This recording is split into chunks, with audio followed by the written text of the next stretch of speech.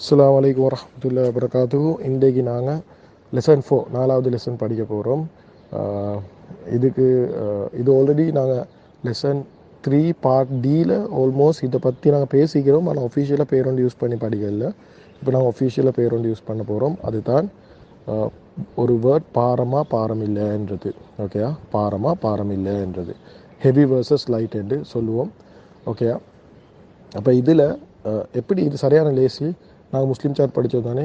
முஸ்லிமூன் முஸ்லிமான் முஸ்லிமின் முஸ்லிமானி முஸ்லிமேனி முஸ்லிமினி முஸ்லிமூன முஸ்லிமீன முஸ்லிமீன, இதில் இதெல்லாம் வேர்டும் பாரமான வேர்ட். இதில் நூன் அங்கிட்டு ஆகினா இது பாரம் இல்லாமல் மாறுது. அப்போ எப்படி வரும்? முஸ்லிமுன் முஸ்லிமூ ஆகும், முஸ்லிமன் முஸ்லிமா ஆகும், முஸ்லிமி மீன் முஸ்லிமி ஆகும், முஸ்லிமானி முஸ்லிமா ஆகும். நூன் ஆகிட்டாங்கன்னா முஸ்லிமைனி வந்து நூன் ஆகிட்டாங்கன்னா முஸ்லிமை ஆகும். முஸ்லிமூனையில் நூன் ஆகிட்டாங்கன்னா முஸ்லிமூ ஆகும், முஸ்லிமீனையில் நூன் ஆகிட்டாங்கன்னா முஸ்லிமி ஆகும். அவ்வளோதான். இப்போ நீங்கள் முஸ்லீம் சார்ட்டில் பாரம் சார்ட் செஞ்ச மாதிரி நூன் ஆகிட்டாக்கிட்டு முஸ்லீம் சார்ட்டை பாரம் இல்லாத சார்ட்டாக மாற்றலும். ஓகேயா, அதே மாதிரி நாங்கள் படிச்சிருந்தானே முஸ்லிமத்தன் முஸ்லிமத்துன் முஸ்லிமத்தன் முஸ்லிமத்தின் முஸ்லிமத்தானி முஸ்லிமத்தைனி முஸ்லிமத்தைனி முஸ்லிமாத்துன் முஸ்லிமாத்தின் முஸ்லிமாத்தின் படிச்சிருந்தானே. இதையும் எங்களுக்கு பாரம் இல்லாமல் ஆக்கையிலும் எப்படி என்று சொன்னால் அதில் நூன் ஆகிட்டாகிறே. அப்போ முஸ்லிமத்துனுக்கு பதிலாக முஸ்லிமத்து, முஸ்லிமத்தை முஸ்லிமத்தி, முஸ்லிமத்தானிக்கு பதிலாக முஸ்லிமத்தா, முஸ்லிமத்தை முஸ்லிமத்தை, முஸ்லிமாத்துனுக்கு பதிலாக முஸ்லிமாத்து, முஸ்லிமாத்தி முஸ்லிமாத்தி. ஸோ இப்போ முஸ்லீம் பெண் சாட்லேயும் எங்களுக்கு தெரியும் பாரம் எப்படி இருக்கிறே, பாரமான வேர்டு ஆக்கிற எப்படி, பாரம் இல்லாத வேர்டு ஆக்கிற எப்படி. இந்த கன்செப்ட் தேவை. நாங்கள் முன்னுக்கு கிராமரில் ரூல் படிக்க போகல. இது தேவைப்படும். முதாஃபிலேருந்து வரும் ரூல்கள் அது ஒரு படிகள் தேவைப்படும். ஆனால் இப்போ அதை பற்றி யோசிக்க தேவையில்லை. நீங்கள் நினைவு வச்சுக்கோங்க, இப்படி ஒரு வார்த்தையை பாரமான வார்த்தை இது, பாரம் இல்லாத வார்த்தை இது. ஓகே, இன்னும் ஒரே ஒரு விஷயம் இருக்குது இதில். அது என்ன என்று சொன்னால் அல் வன்சென்டா. அல் ஒரு வேர்டுக்கு வன்சென்று சொன்னால் அது வார்த்தைக்கு அல் என்று அது அல். எக்ஸாம்பிள் முஸ்லிமுன்னு தானே படித்தோம், அல் முஸ்லிமு. அல் வன்சென்று சொன்னால் அல்லுக்கு இது தன்மீனை பிடிக்காது, விளங்கிச்சா? அது நூனை பிடிக்காது.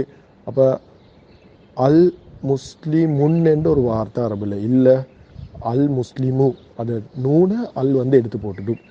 ஓகேயா, ஆனால் அல் முஸ்லிமு என்றது வார்த்தை பாரமாக இல்லை. இப்போ முஸ்லிமுன் என்றா பாரம், முஸ்லிமு என்றா பாரம் இல்லை. இது வெரி கிளியர், நான் நினைக்கிறேன் வெரி கிளியர். ஆனால் கேள்வி வரும், அப்போ அல் முஸ்லிமு அதில் முஸ்லிமு தானே இது, அது பாரம் இல்லை தானே?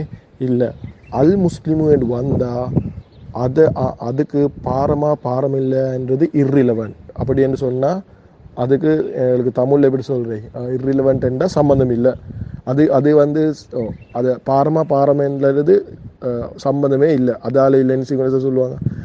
அதுக்கு இர்ரிலவெண்ட்னு நாங்கள் சொல்லுவோம். ஓகேயா, ஸோ அது அப்போ நாங்கள் அது பாரம் என்னும் சொல்லலாம், பாரம் இல்லைன்னு சொல்லலாம் நாங்கள் சொல்லணும். அதுக்கு இதை வார்த்தைக்கு அல் முஸ்லிமு என்ற வார்த்தைக்கு அல் வந்து சுட்டி அது பாரம் இல்லைன்னு பார்க்கல, அது இர்ரிலவெண்ட். சரியா, அது வந்து அதை பற்றி கன்சிடர் பண்ணவே இல்லை. அப்படி வந்து ஈக்கெண்டு சொல்லலாம் என்றால் அல் வந்திக்கிறேன். அல் வந்தேன்னு சொன்னால் ஆனால் அது நூன் எடுக்காது, ஆனால் அது பாரம் இல்லைன்னும் சொல்லல, அது இர்ரிலவெண்ட்டுன்னு தான் நான் சொல்லுவேன். இவ்வளோ தான் படிக்குது. சரியா, குர்ஆனில் நிறைய வேடிக்குது. அடுத்தது இம்பார்ட்டண்டான விஷயம், ஒரு வேர்டு நார்மல் ஃபார்ம் வந்து பாரம். சரியா, பாரம் தான் அப்படின்னா ஒரு வேர்டில் நார்மலாக முஸ்லிமுன்னு தான் வரணும். அது பாரம் இல்லாமல் வந்துச்சுன்னா முஸ்லிமூன்னு வந்தேன்டா அதுக்கு ரீசனை நாங்கள் கண்டுபிடிக்கணும். ஏன் இது இப்படி முஸ்லிமூன்னு வந்துச்சு, குர்ஆனில் எங்கே சரி பாரம் இல்லாத வேர்டு வந்துச்சா, ஏன் இது பாரம் இல்லாமல் மாறிச்சு என்று நாங்கள் கண்டுபிடிக்கணும். அது இம்பார்ட்டன்ட். இப்போ வரைக்கும் உங்களுக்கு சூரா ஃபாத்தியாவில் ஸ்டார்ட் ஆகுது அல்ஹம்து லில்லாஹி ரப்பில் ஆலமீன். அல்ஹம்துன் லில்லாஹி ரப்பில் ஆலமீன் என்று வராமல் ஏன் அல்ஹம்து லில்லாஹி ரப்பில் ஆலமீன் வந்துச்சுண்டா, அப்போ அல்ஹம்து பாரமா இல்லையா? இதை கேள்வி வந்து உண்மைக்குமே என்னது இர்ரிலவெண்ட். ஏன் அல் வந்து சுட்டியிருந்தா அவர் வந்து ஹம்துன்னுக்கு பதிலாக ஹம்து ஆகிக்கிறார். ஏன்னா இந்த நூன் அல்லுக்கு இஷ்டம் இல்லை.